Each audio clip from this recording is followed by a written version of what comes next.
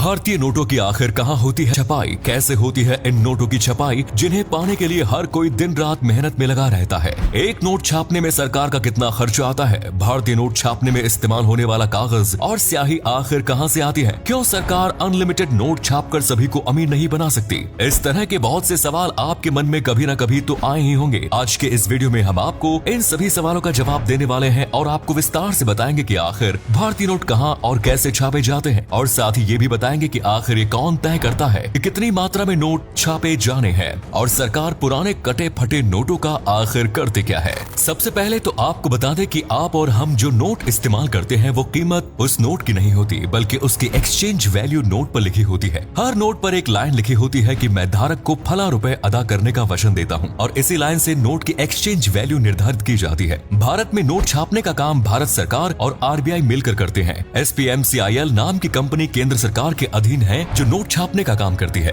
तो वहीं BRBNMPL नाम की कंपनी RBI के अंतर्गत आती है।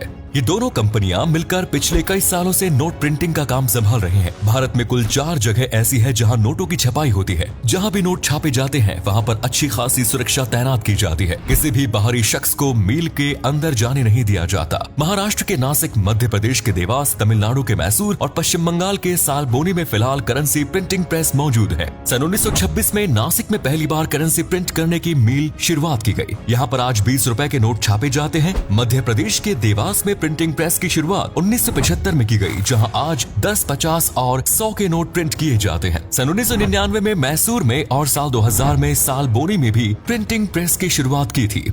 फिलहाल देवास में सबसे अधिक संख्या में नोट छापने का काम किया जाता है। भारत में जो नोट छापे जाते हैं उसका 80% पेपर विदेशों से इंपोर्ट किया जाता है। अमेरिका, स्वीडन, फ्रांस, जर्मनी और जापान जैसे देशों से भारत नोट छापने का पेपर आयात करता है। ये पेपर एक खास प्रकार के कॉटन से तैयार किया जाता है, जिसे बनाने की प्रक्रिया गुप्त रखी जाती है। वहीं नोट छापने के लिए कई प्रकार के इंक इस्तेमाल की जाती है।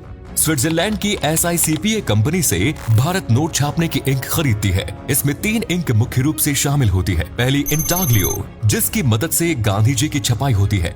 दूसरी है फ्लोरोसेंट इंक, जिससे नोट नंबर और यूनिक कोड छापा जाता है। और तीसरी इंक होती है ऑप्टिकल वेरिएबल इंक, जिससे नोट में सिक्योरिटी फीचर्स ऐड किए जाते हैं और सुनिश्चित किया जाता है कि कोई भी व्यक्ति आसानी से डुप्लीकेट नोट की छपाई ना कर सके। कागज और स्याही का आयात करने के बाद इन्हें अलग अलग प्रिंटिंग प्रेस में भेजा जाता है, जहां नोटों की छपाई की जाती है। साल 2017-18 की रिपोर्ट के मुताबिक भारत सरकार ने 493 करोड़ रुपए का कागज और 143 करोड़ रुपए की स्याही विदेशों से आयात की थी। एक साल में नोट छापने के लिए सरकार को 4 से 4,500 हजार करोड़ रुपयों का खर्च आता है। ये आंकड़ा नोटबंदी के बाद का है, यानी नए नोट छापने में भारत को इतना खर्च आता है। पुराने नोटों की छपाई में सरकार को ज्यादा रकम खर्च करनी पड़ती थी। साल 2016-17 के दौरान भारत सरकार ने औसतन 8,000 करोड़ रुपए के नोट प्रिंट किए।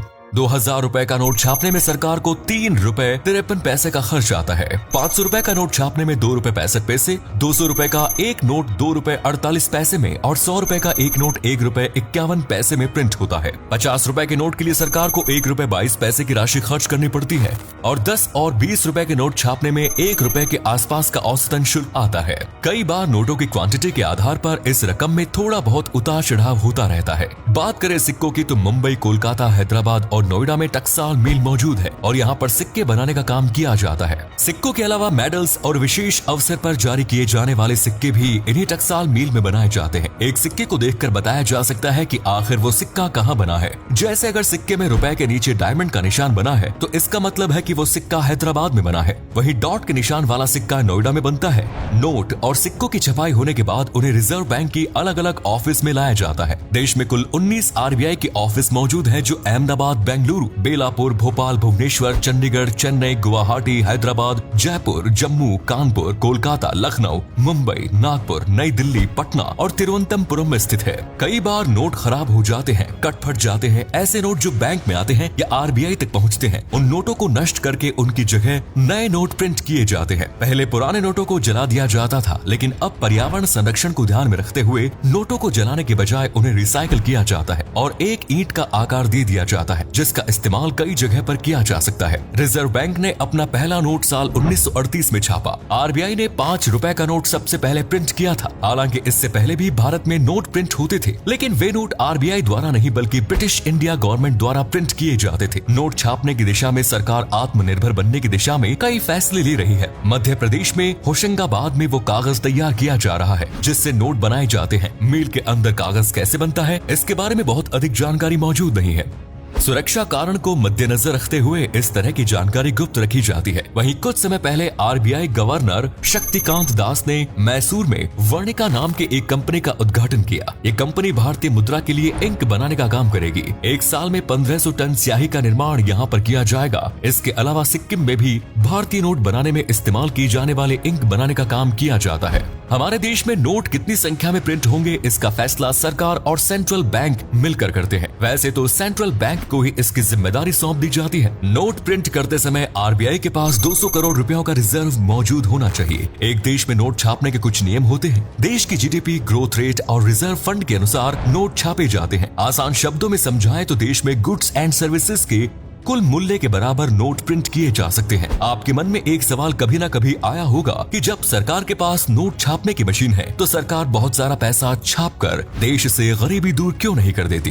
क्यों सभी लोगों को सरकार रातों रात मालामाल नहीं बना देती? अगर सरकार ने ऐसा किया तो देश में महंगाई आसमान छूने लगेगी, भारतीय करेंसी का डिवैल्यूएशन हो जाएगा, इन्फ्लेशन रेट सारे रिकॉर्ड तोड़ देगा। इतिहास में कई देश ऐसा गलती कर चुके हैं। दूसरे विश्व युद्ध के बाद जर्मनी ने यह गलती की थी और उसके बाद देश में महंगाई रिकॉर्ड स्तर पर पहुंच गई। वेनेजुएला और जिम्बाब्वे की अर्थव्यवस्था भी गलत आर्थिक नीतियों के कारण ही बर्बाद हुई। जिम्बाब्वे की करेंसी की वैल्यू इतनी कम हो गई थी कि $1 की कीमत 25 मिलियन जिम्बाब्वे की मुद्रा के बराबर पहुंच गई। इसलिए सरकार कभी भी जरूरत से अधिक पैसा नहीं छाप सकती, बल्कि धीरे धीरे सरकार नोटों की छपाई कम करने का प्रयास कर रही है और अधिक से अधिक डिजिटल पेमेंट को बढ़ावा दे रही है। इससे देश में करप्शन में कमी आएगी और पारदर्शिता में भी इजाफा होगा। तो दोस्तों, उम्मीद है वीडियो पसंद आया होगा। अगर आया तो लाइक कीजिए, शेयर कीजिए, कमेंट्स कीजिए। धन्यवाद।